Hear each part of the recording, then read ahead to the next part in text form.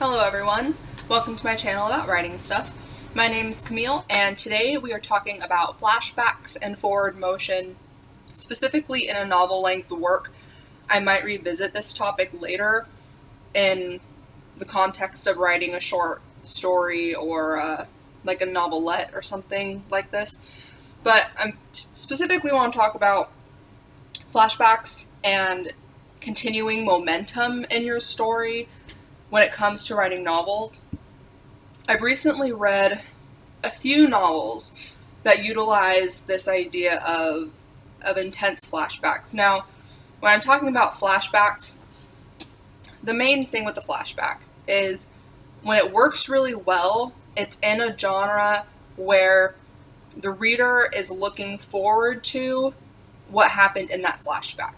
For instance, you have a mystery novel, a whodunit murder, and the whole book, the expectation of the reader and the promise to the reader is that by the time we get to the climax of the story, we get to a flashback scene where we see who the murderer is, how they did it, what their motivation was, how they got away with it for so long, etc., etc., etc.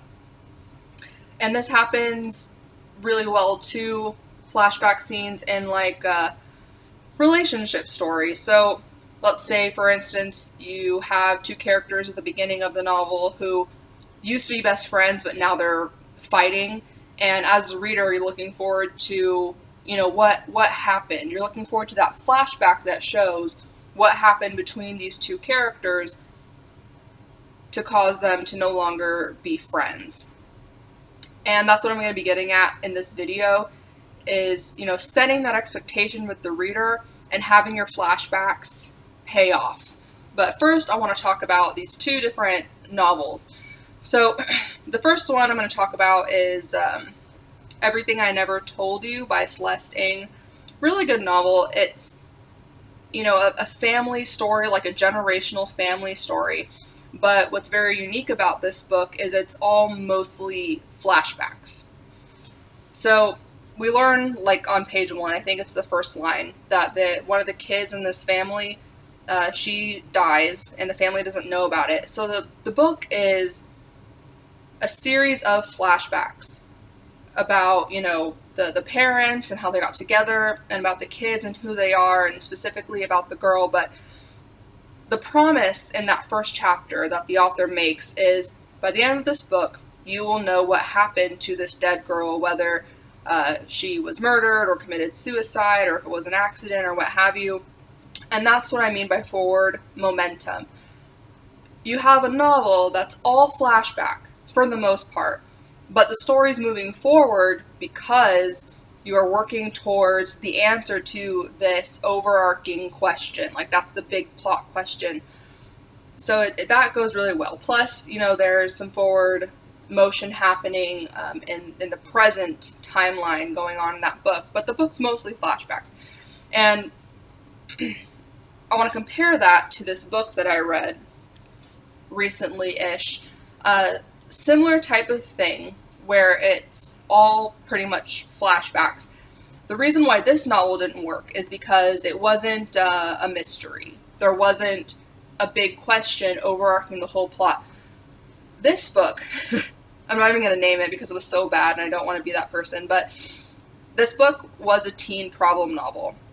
Now, I've read enough teen problem novels to know that the overarching plot is really about seeing the character struggle, but the forward momentum aspect is watching the character work towards getting better. And that's not what this book did. So it was a, teen model with an eating disorder. And instead of me, the reader, being able to watch this character struggle and try and fail and eventually, get to a place where she's, better, healed, whatever you want to call it, what happened is the story started dropping into these massive flashbacks where it was basically a story about how this girl got sick in the first place. And it was a multi-generational story too. There are a lot of flashbacks about this character's mother and siblings and all this stuff. But this author, in my opinion, didn't understand the genre she was writing in.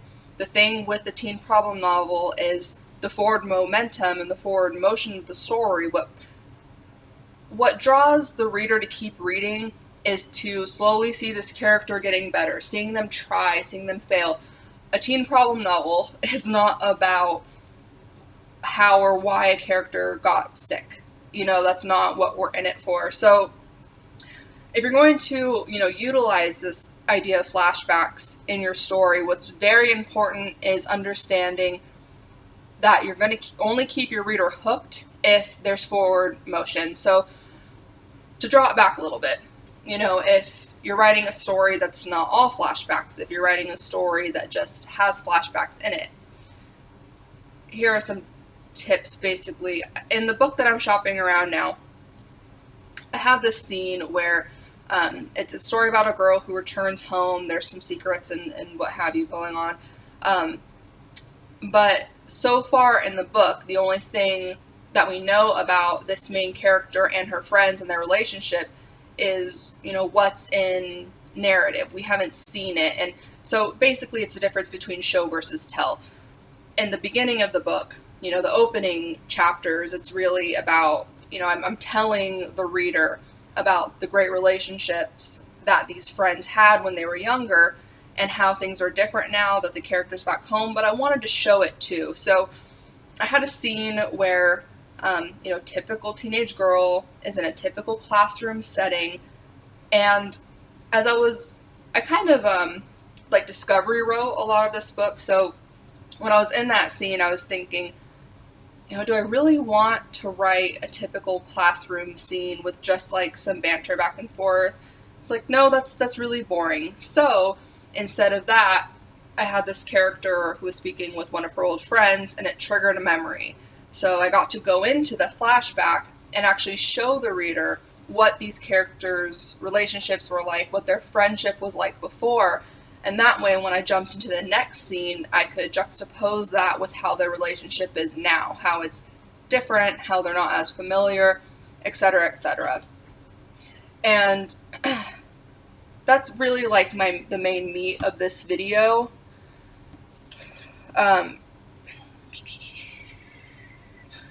It really comes down to flashbacks are great, but as the author, you need to understand that you need to, set up for that. I set up for my flashbacks by telling the reader something and then, kind of enticing them with what it was like, not being outright telling them everything, but telling them enough to where they're interested, and then rewarding the reader with the flashback. It's about knowing your genre, but more importantly, when you make a promise in the first chapter, when you promise the reader that, by the end of this book, you will find out how and why this girl died, then you need to be working towards that scene of how and why this girl died. If you're writing a teen problem novel, you need to understand that how the main character got sick, what triggered their problem, is not what the reader wants. It's not as important as seeing that character get better. And yeah, that's pretty much it. It's drop in flat. I feel like I am picking apart something that a lot of writing is doing what comes natural and blah blah blah blah. So I'm really getting into semantics here, but know what genre you're writing in, and know that if you're stuck, don't put in a flashback just because you're stuck. Don't put in a flashback just because you feel like the reader needs to know all of this in an info dump format. If you're going to put in a flashback, make sure that it's driving the story forward. Make sure that there's a purpose, that we're getting information. Every scene should do more than one thing, etc., etc. So that's all I got for that. As far as why I haven't uploaded videos in weeks, months, as you can see, my life is in boxes. I am in a teeny tiny 1-bedroom apartment. I just moved across the country with my husband, and my dog, and we both started our new jobs. We just bought our new house, so we're going to be moving into the new house, but mostly it's been stress. But I also haven't been recording videos because up until our move, we moved back in with my in-laws for a couple of months. That way we could save some money and prepare and get ready. And talking at, it's like I can't see any of you, so I'm literally just sitting here talking at my computer. That's weird enough. Talking at your computer when people walk into the room is just, I can't do it. And there was always someone in the house, so I couldn't really record vlogs, and I really couldn't just like hide up in our room and record a vlog, because then they would hear me talking to myself, and I'm just one of those, I can't do that kind of stuff. But I have my own space now, so I will hopefully be able to get back on this regular schedule. Like I said, I am going to be moving into my new house, cleaning, painting, projects, so it's going to be touchy for a while. But you know, if you have video topic requests, if you're struggling with something, I'm always around. I'm always on Twitter. You can comment. You can leave a comment just to tell me how awesome I am. I'm really not that awesome. But yeah, like, even if I'm not uploading videos, I'm around to help you work through some problems. And I don't have a resource today, but I do want to talk about the importance of critique partners. Guys, it really sucks. Like, I didn't reach out to either. I have 2 critique partners now, and they're both phenomenal. And both of them reached out to me, which is great. So my resource, my big tip for being in the writing community is participate in like a CP match type of thing. Put out your pitch. Put out what you're looking for in a critique partner. And you don't have to you don't have to reach out to anyone. Just let people reach out to you, talk back and forth, you know, exchange a couple chapters and see how it goes. You know, my critique partners are the best.